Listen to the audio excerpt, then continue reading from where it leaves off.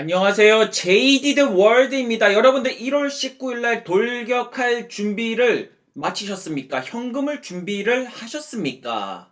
물론 그 중에서는 루시드, 락업이 뭐지? 그런 거 모르겠어. 남들 가니까 그냥 따라가서 살래.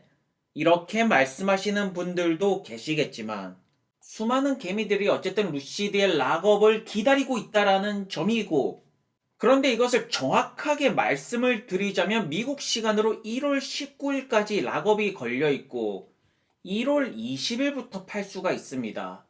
그렇지만 이미 많은 분들이 1월 19일로 알고 있기 때문에 락업 해제 이슈에 따른 하방 압력은 이제 1월 19일로 보셔도 무방합니다. 왜냐하면 락업 해제는 기본적으로 주가가 하락하는 모습을 보입니다. 물론 예외적으로 공매도가 박살이 나면서 갑자기 미쳐버리는 현상도 가끔 나타나지만, 그렇다면 루시드라는 기업이 과연 락업 해제 때 살만한 기업일까요? 이거 괜히 낱말 듣고 들어갔다가 물리면 또 굉장히 슬플 텐데, 이런 고민을 하시는 분들이 많으실 것입니다. 사실 여러분들만 그런 고민을 하는 것이 아닙니다. 미국 개미, 한국 개미, 많은 개미들이 이거 사우디가 팔 것인가요? 말 것인가요? 이때 들어가면 될까요? 말까요? 끊임없이 정답이 없는 질문들을 계속해서 던지고 있습니다. 그렇다면 오늘은 루시드가 과연 락업 때 이거 너무 멀리 보지 말고 3년, 5년, 나중에 막 루시드 그룹 이런 거 말고 나는 한 6개월에서 한 1년 조금 이렇게 짧게 보고 싶다. 짧게 봤을 때도 락업 때 들어갈 만한 기업인지 한번 살펴보겠습니다. 먼저 시작하기에 앞서 루시드 에어의 올 블랙 차량을 한번 보겠습니다.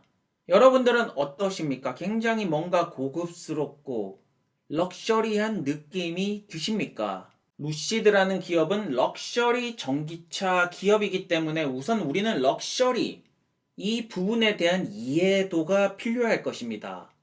우선 내연기관차 중에서 럭셔리로 가장 유명한 벤츠와 현대 기아차를 한번 비교를 해보겠습니다.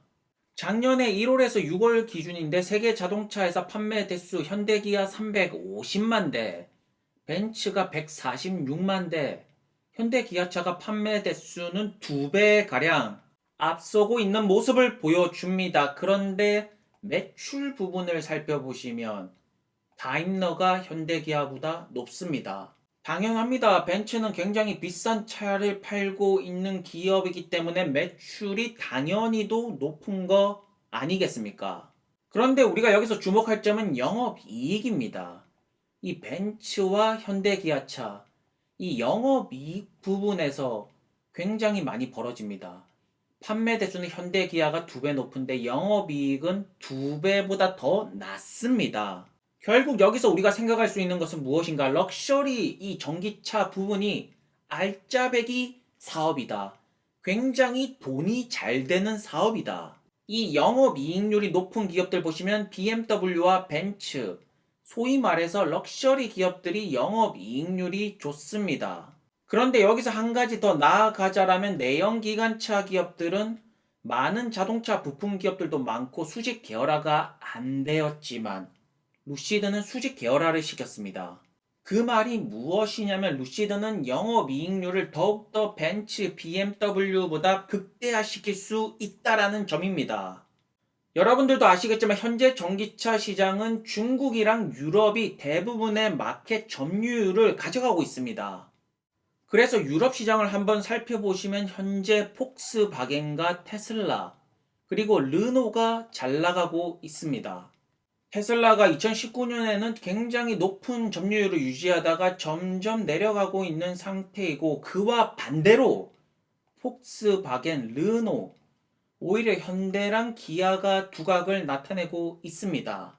그런데 여기서 우리가 주목할 점은 현재 팔리는 전기차들은 대부분이 저가형과 소형차라는 점입니다.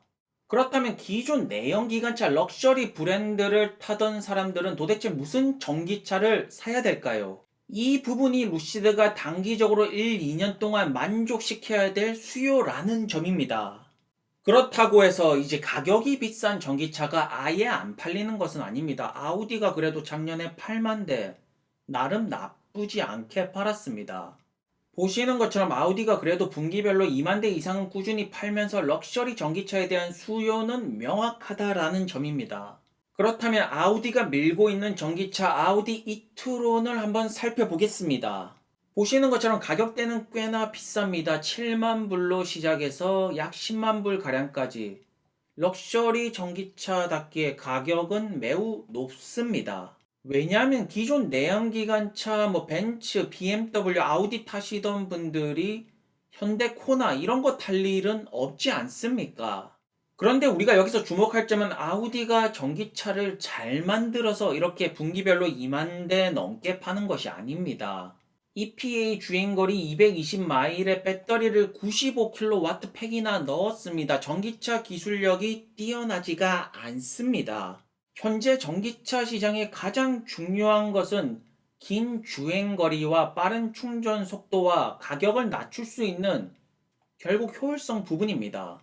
그런데 배터리 말고도 마력 부분이나 이제 제로백, 그냥 기존 이제 전기차 기본적인 부분들도 굉장히 안 좋다라는 점입니다.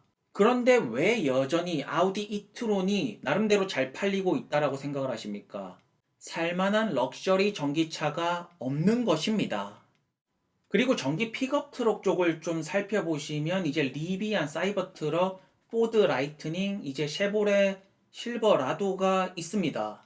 테슬라의 사이버 트럭이랑 쉐보레 실버라도는 2023년에 나올 것이고 리비안이랑 허머는 이미 나왔습니다. 그리고 포드의 라이트닝 올해 출시가 될 것이고, 그런데 아무래도 픽업 트럭이 되었던 SUV가 되었던 이렇게 무게가 무거운 차량들은 보시는 것처럼 효율성 수치가 안 좋을 수밖에 없다라는 점입니다. 그러니까 차량 무게가 더 많이 나가면 나갈수록 효율성 수치는 더욱더 중요해집니다.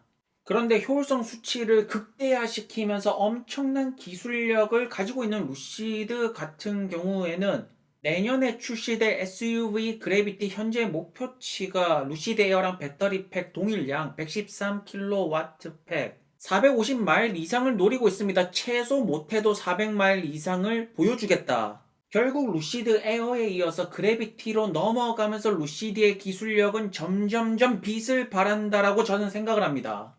그러니까 기술적인 부분에서 루시드는 굉장히 앞서 나갑니다. 특히나 루시드 에어에서 보여준 아주 빠른 충전 속도. 이 전기차 기술력만큼은 정말로 그 누구와도 비교가 될 수가 없다라는 점입니다.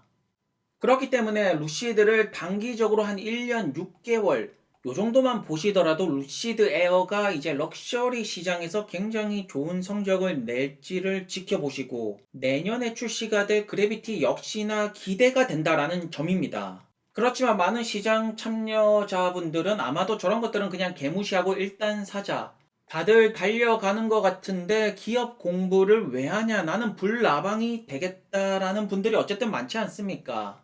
물론 아마도 많은 분들께서는 락업 해제 날 이제 한 몇 불 정도 먹으려고 들어가시는 분들은 이제 각자 알아서 하시면 됩니다. 그런데 루시드라는 기업을 조금 더 진지하고 신중하게 생각하시는 분들은 락업 날에 매수 버튼을 누르기 전에 반드시 루시드라는 기업에 대해서 확실하게 아셔야 됩니다. 매수 버튼은 언제나 신중하게 들어가야 되고, 분명하게 루시드라는 기업에 대해서 충분히 공부를 하시고 매수 버튼을 누르는 것이 맞습니다.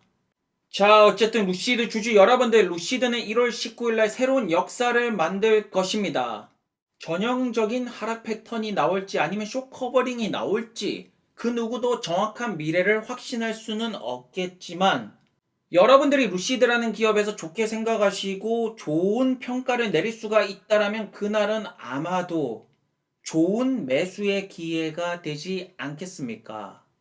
보시는 것처럼 루시드 공장 확장 공사는 예정대로 잘 진행되는 것처럼 보입니다. 여러가지 건물도 하얀 거 막 올라오기 시작하고 있습니다.